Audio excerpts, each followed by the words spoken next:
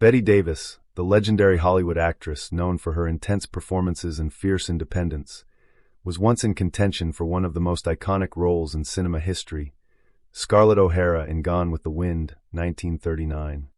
While it's hard to imagine anyone other than Vivien Leigh bringing the fiery Southern belle to life, Davis was a top choice for the role at one point. However, there was a catch. Studio executives wanted her to star alongside Errol Flynn as Rhett Butler, an actor she despised. Davis had openly expressed her disdain for Flynn, once calling him a pretty boy with no real acting talent. The thought of spending months filming romantic scenes with him was unbearable for her, and she reportedly dismissed the idea outright. Beyond personal conflicts, Davis also felt that Scarlett was not the right role for her. She had already played a similar Southern character in Jezebel, 1938, a performance that won her an Academy Award. Many believe Jezebel was Warner Brothers' attempt to counter Gone with the Wind, giving Davis a comparable role without directly competing. Ultimately, Vivien Leigh's mesmerizing performance became legendary, but one can't help but wonder how different Gone with the Wind would have been with Bette Davis's signature intensity in the lead role. Marlene Dietrich, the German-born screen siren known for her smoky voice, enigmatic allure, and gender-bending fashion, was once considered for the iconic role of Ilsa Lund in Casablanca, 1942. The part, which ultimately went to Ingrid Bergman, would have been a perfect showcase for Dietrich's sultry charm and European mystique. Given her real-life opposition to the Nazi regime and her deep ties to Hollywood's elite, she seemed like a natural fit for the role of a woman torn between love and duty in war-torn Morocco. However, studio politics and personal dynamics played a role in her missing out on the part. Warner Brothers was hesitant about casting Dietrich, fearing her strong, commanding presence might overshadow Humphrey Bogart's Rick Blaine. Unlike Bergman, who exuded a softer, more vulnerable appeal, Dietrich's powerful screen persona might have altered the film's delicate balance. Additionally, some insiders believe that the studio wanted a fresh face rather than a well-established star with a bold, sometimes controversial reputation. While Dietrich never got her chance to utter the famous line, "Here's looking at you, kid," one can only imagine how she would have transformed Casablanca into an even darker, more seductive classic.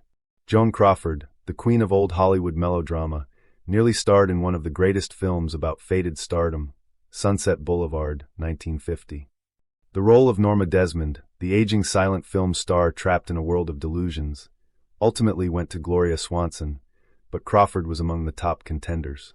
Given her legendary presence and reputation for commanding the screen, she seemed like a perfect choice to embody Norma's tragic descent into madness. However, Crawford reportedly turned down the role for several reasons.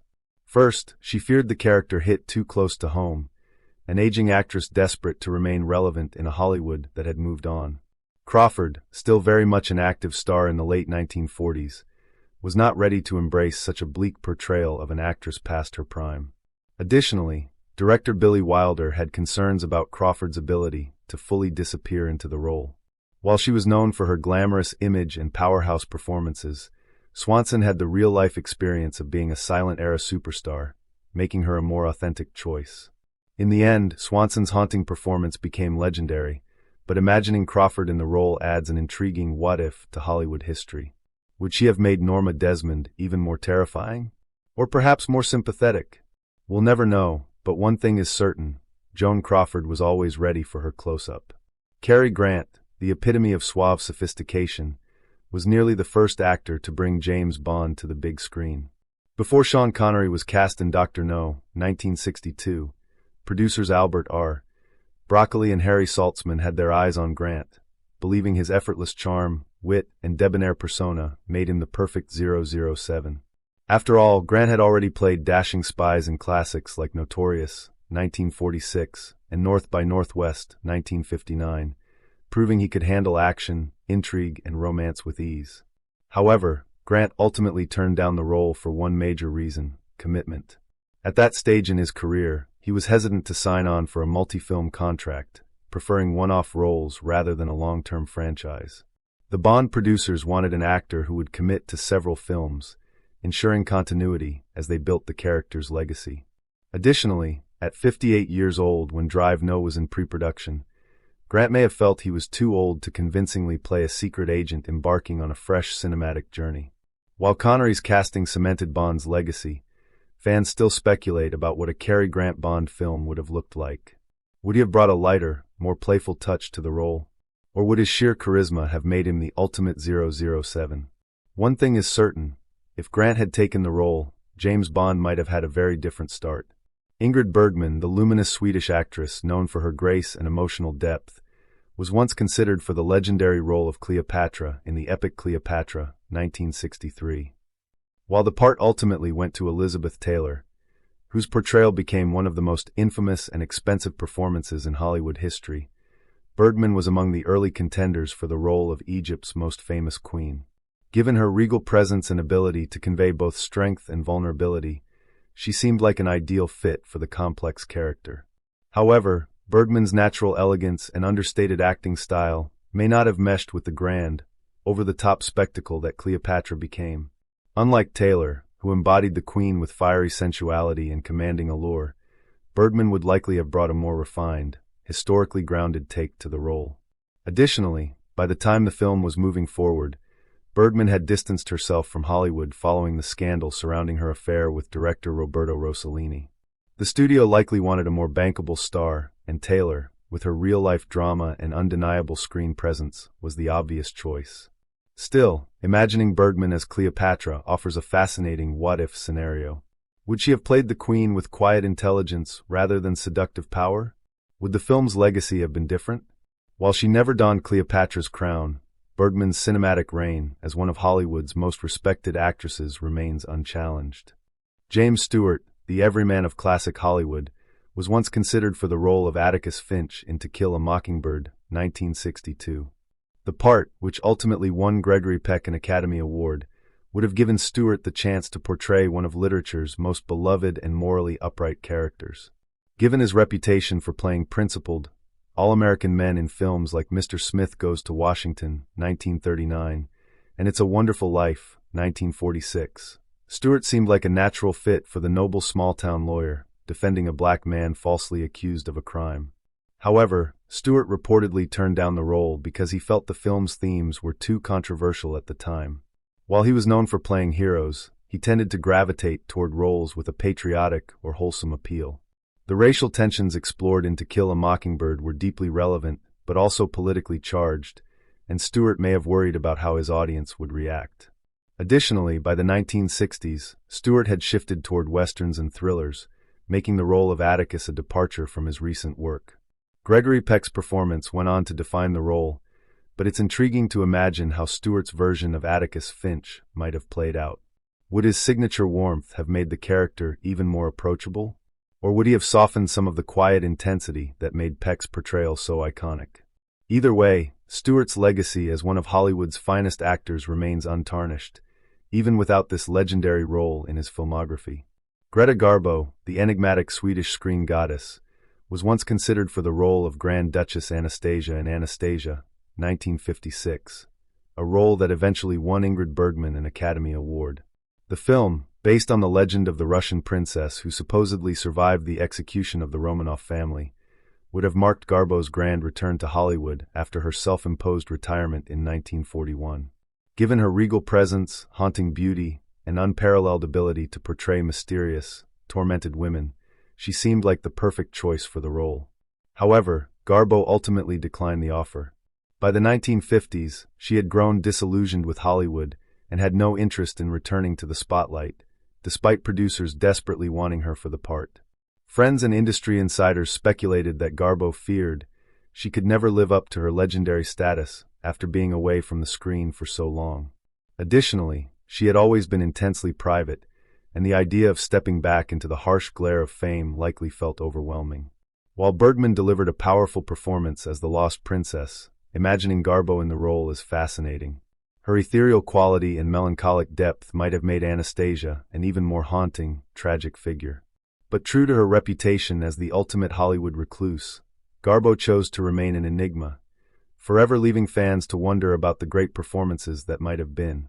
Clark Gable, the undisputed king of Hollywood, was once considered for the role of Vito Corleone in The Godfather, 1972. While the part eventually went to Marlon Brando, whose unforgettable performance redefined cinematic mob bosses, early discussions included Gable as a potential choice. Given his commanding presence, rugged charm, and history of playing powerful, charismatic men, Gable might have brought a different kind of gravitas to the legendary role.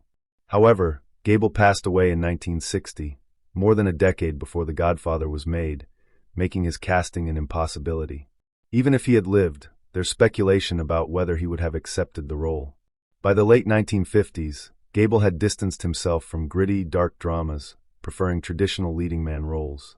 Additionally, his style of acting, rooted in the golden age of Hollywood, was quite different from the method acting that Brando used to transform into Don Corleone. Had Gable taken on the role, The Godfather would have had an entirely different tone. Instead of Brando's brooding, deeply internal performance, Gable's Corleone might have been a more outwardly forceful, authoritative figure, perhaps closer to the classic Hollywood gangsters of the 1930s. While we'll never know what Gable's take on the Don would have been, one thing is certain: he always carried himself like a king, whether in romantic dramas or perhaps even as the head of a crime empire. It's hard to imagine anyone other than Humphrey Bogart playing Rick Blaine in Casablanca, 1942. But incredibly, he almost lost the role that made him a legend. Before Bogart was cast, studio executives considered several A-list actors, including Ronald Reagan and George Raft.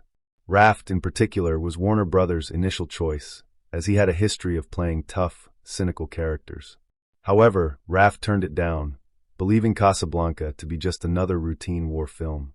That decision cleared the way for Bogart, who had spent years playing gangsters in secondary roles, but had never been a full-fledged romantic lead.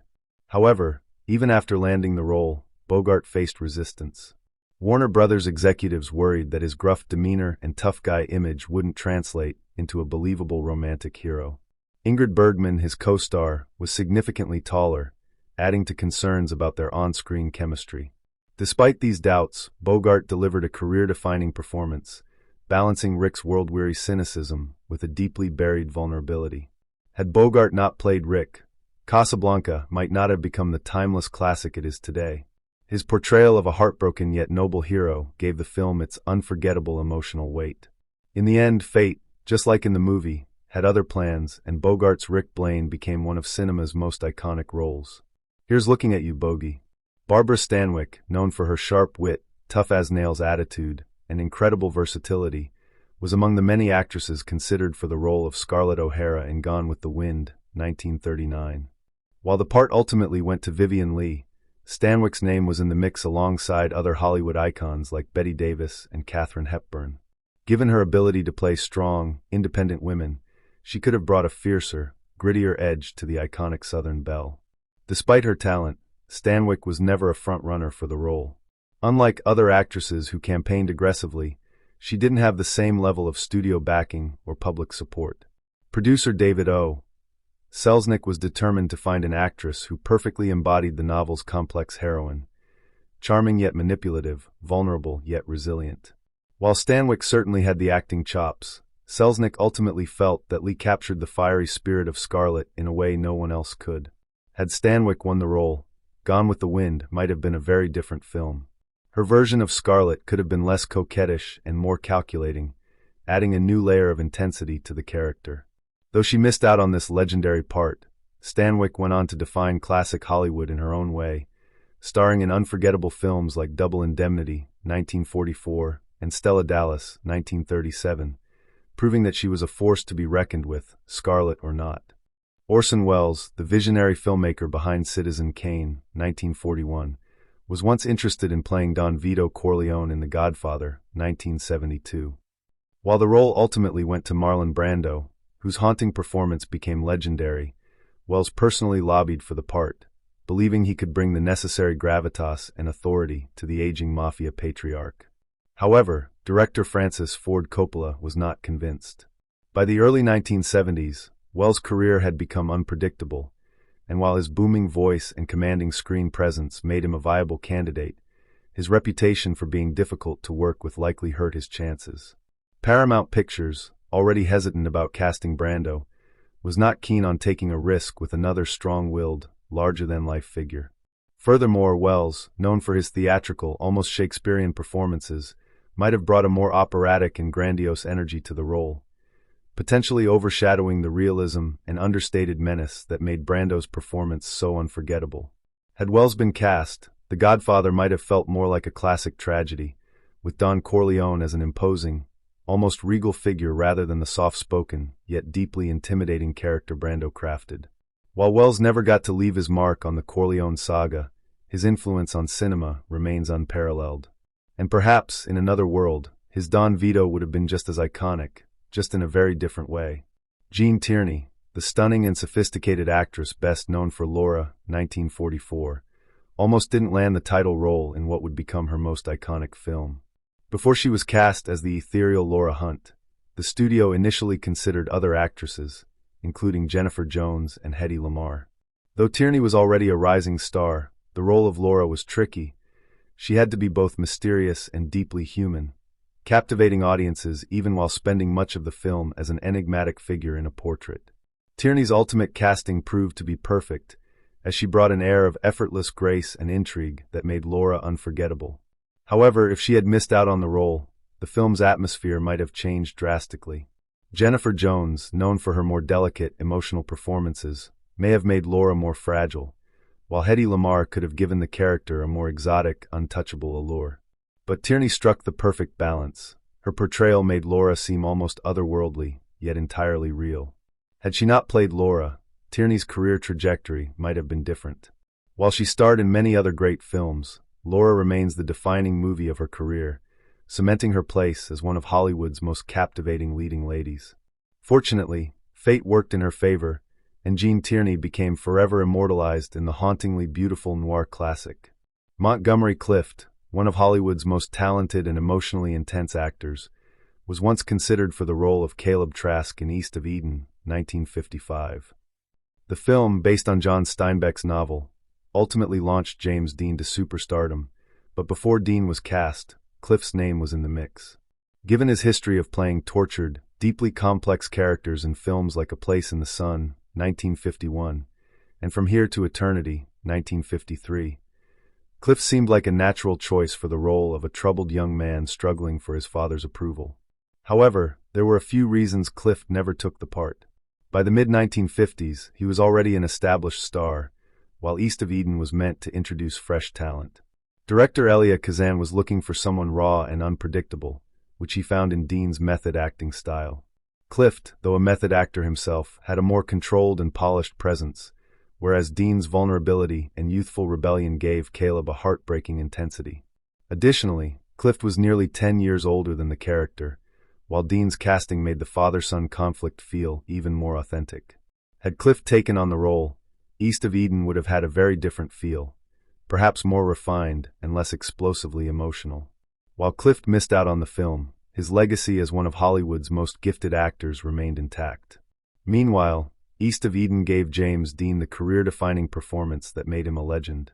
James Cagney, best known for his tough guy roles in gangster classics like The Public Enemy, 1931, and White Heat, 1949, was once considered for a very different kind of role, the Scarecrow in The Wizard of Oz, 1939.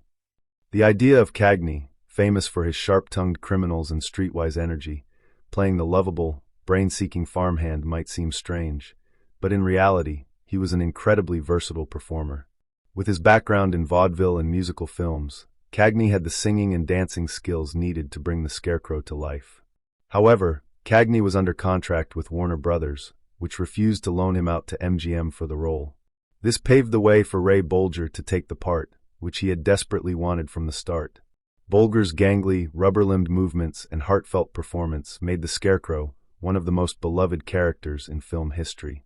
While Cagney might have brought a unique charm and fast-talking wit to the role, Bolger's physical comedy and warmth became iconic. Had Cagney played the Scarecrow, The Wizard of Oz might have had a slightly different feel, perhaps with a sharper, more streetwise energy to the character.